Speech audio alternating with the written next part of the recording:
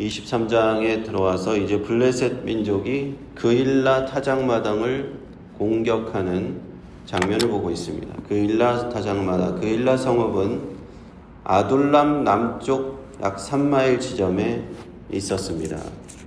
그들은 그일라 지역의 이제 파장마당, 그러니까 곡식을 타작하는 곳이니까 곡식을 약탈했고 아마 이스라엘 백성들은 큰 고통을 받았을 것입니다.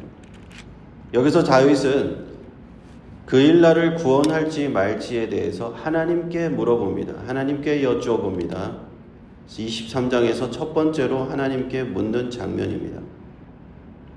다윗은 독단적인 결정을 내리지 않아요.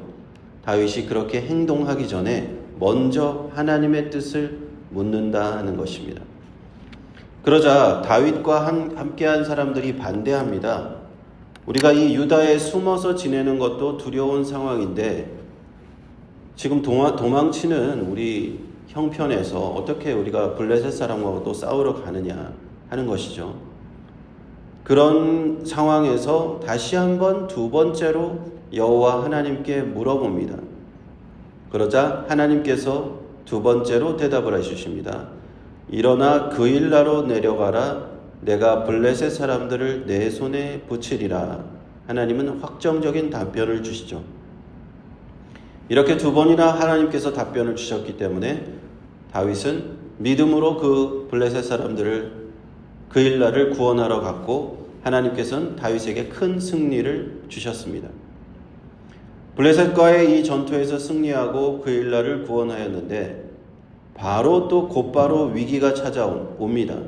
다윗이 이제 그일라 성읍 안에 들어갔는데 그일라 성읍은 아마도 이제 성벽으로 둘러싸여 있고 성문을 닫는 구조로 되어 있는 그런 곳이죠.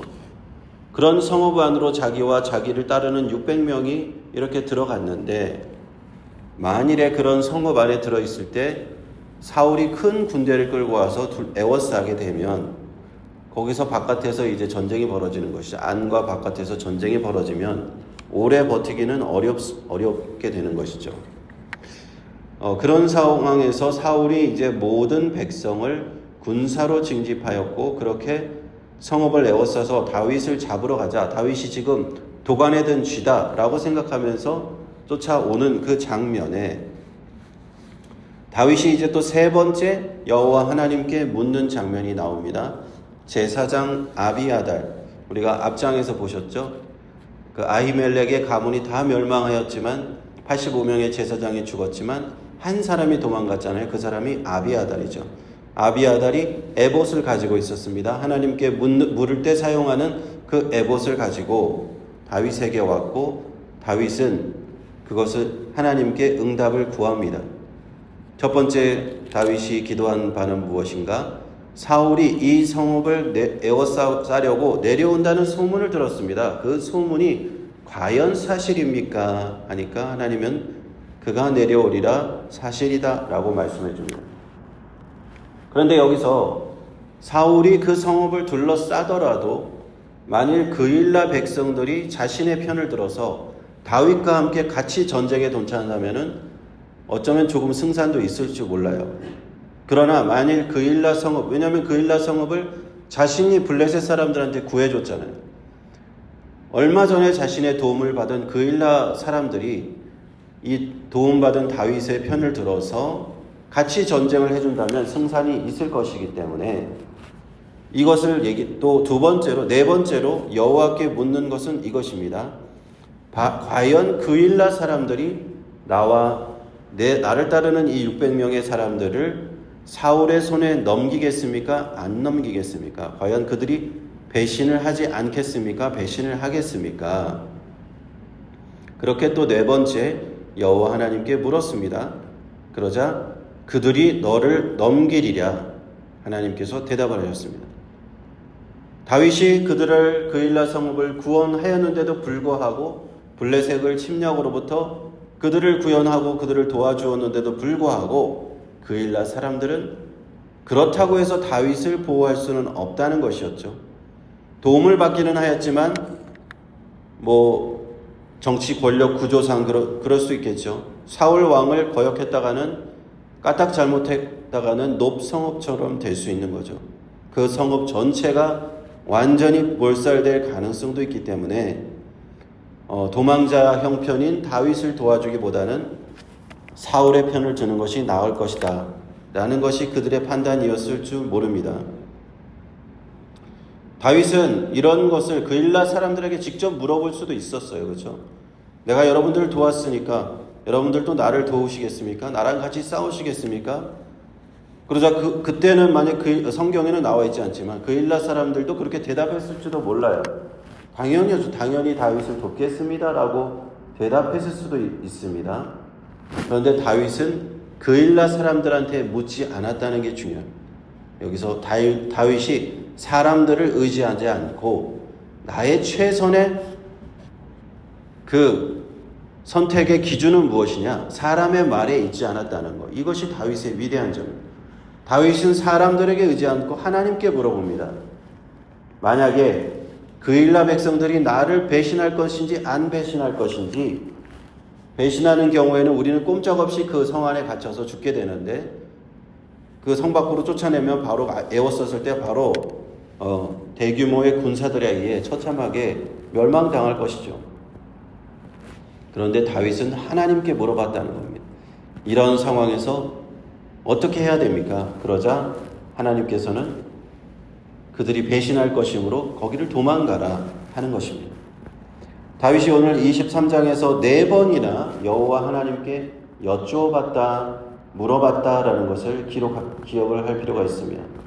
이렇게 어떤 중요한 어떤 생사의 기로에서 나의 생각과 나의 판단, 또 사람들에게 판단, 그런 것을 묻기 전에 먼저 하나님의 뜻을 구했다라는 것입니다.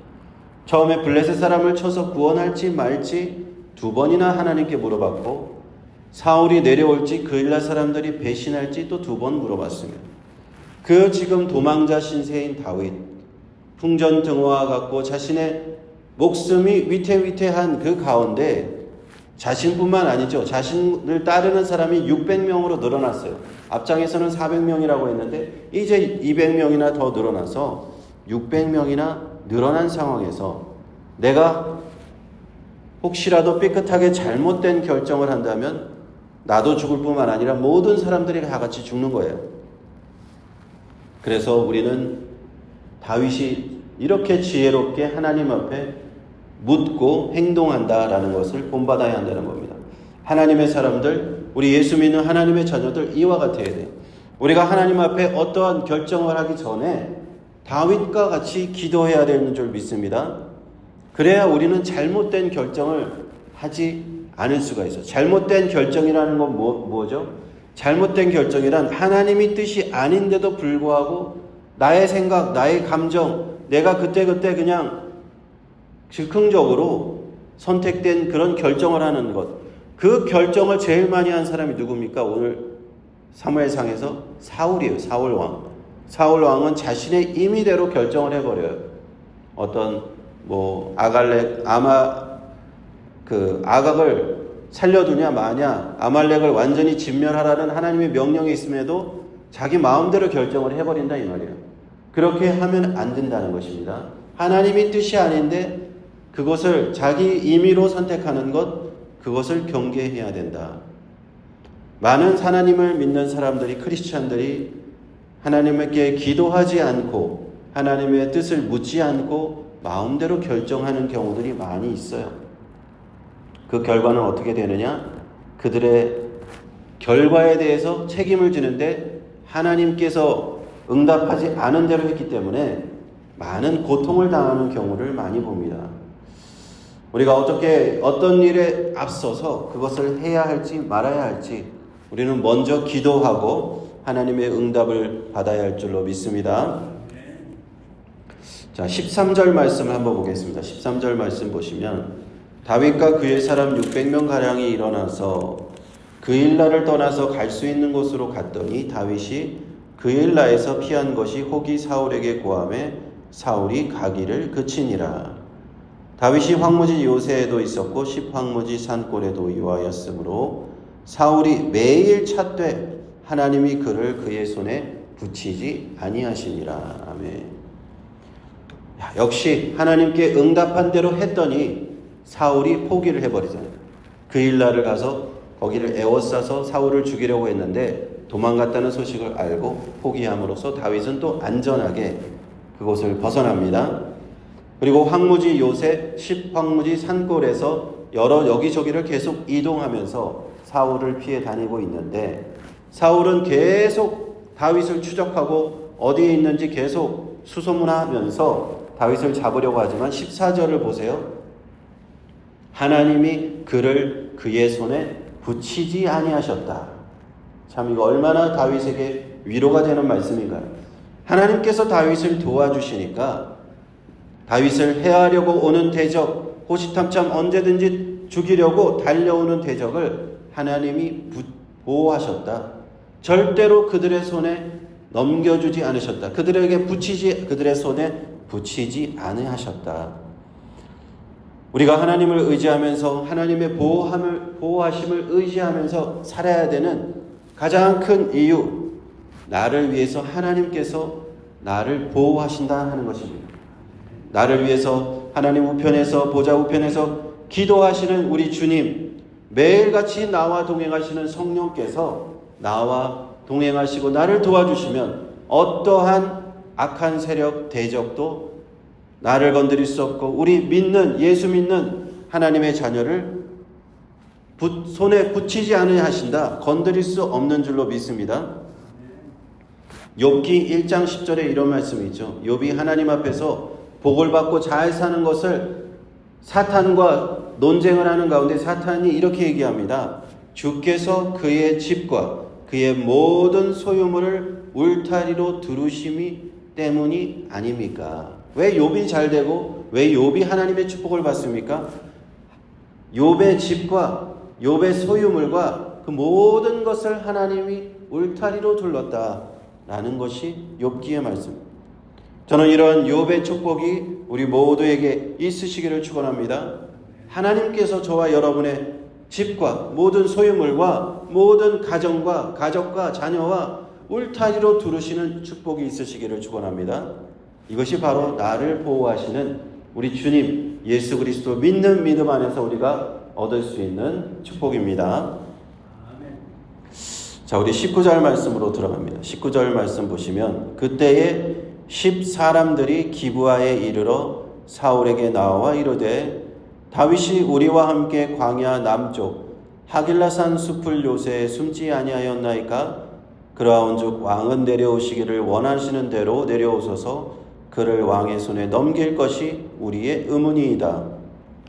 이렇게 도망을 가는데도 또 자신을 넘겨주려는 사람들이 나타나요. 자, 10사람들이라고 하는 이 사람들이 이제는 먼저 사울한테 고발을 합니다. 고발을 해요. 어디에 다윗이 숨어 있다고. 이렇게 곳곳에 다윗의 대적들이 다윗을 넘겨주고 다윗을 죽이려고 하는 거예요. 사울은 이 정보를 듣고 마온 황무지로 대규모의 군대를 이끌고 잡으러 옵니다. 그런데요, 이때 놀라운 일이 또 발생합니다. 이 위기의 순간에 여호와 하나님의 또 개입하심이 일어났다 하는 것입니다. 블레셋 사람들이 갑자기 쳐들어온 거예요. 그래서 사울이 군대를 이끌고 나왔다가 블레셋 사람들을 막기 위해서 급히 군대를 되돌려 돌아갈 수밖에 없게 만드시는 것입니다. 그러므로 사람들의 그 사울이 되돌아가고 다윗과 대치하였다가 돌아가 있는 바위가 있었는데 그 바위의 이름을 셀라 하마느곳 분리하는 바위, 거기서 사울과 다윗이 분리되었다. 자기가 갈 길로 갔다. 그래서 그 바위의 이름을 그날부터 셀라 하마느곳이라 불렀다 하는 것입니다. 이렇게 위기에 탈출한 다윗은요, 그 무리와 함께 이제 엔게디 요새에 머물게 됩니다. 오늘 말씀에서 다윗이 4번이나 여호와 하나님께 여쭤보고 그 결정을 한 것을 우리는 깊이 묵상할 필요가 있습니다. 우리가 하나님께 어떤 일을 결정하기 전에, 내가 중요한 인생의 결정을 하기 전에, 또는 어쩔 때는 너무 중요한 결정이 아니어도 괜찮습니다. 하나님 작은 결정이라도 기도하면서, 날마다 기도하면서 하나님한테 묻는 그런 신앙의 사람들이 저와 여러분 모두 되시기를 축원합니다. 우리가 문제가 있을 때요. 어떤 문제가 있을 때 이런 생각을 하면 너무 좋습니다. 저도 예전에 그런 생각 많이 했는데, 내가 이 문제가 있구나. 또 기도하라고 주시는 문제인가 보다. 내가 이것을 가지고 하나님 앞에 기도해야겠다. 나한테 이런 문제가 생겼으니 내가 하나님 앞에 묻고 하나님 앞에 하나님의 응답을 받고, 하나님께서 이 문제 어떻게 내가 해결하면 좋습니까? 어떻게 선택하면 좋습니까? 좀 잘 모르겠습니다. 이렇게 해야 될지 저렇게 해야 될지 해야 될지 말아야 될지 모르겠습니다. 하나님 응답하여 주옵소서. 그렇게 주님 기도하면서 우리 하나님 앞에 나아가기를 원합니다. 그렇게 오늘 기도하면서 주님 앞에 맡기는 저와 여러분 되시기를 축원합니다.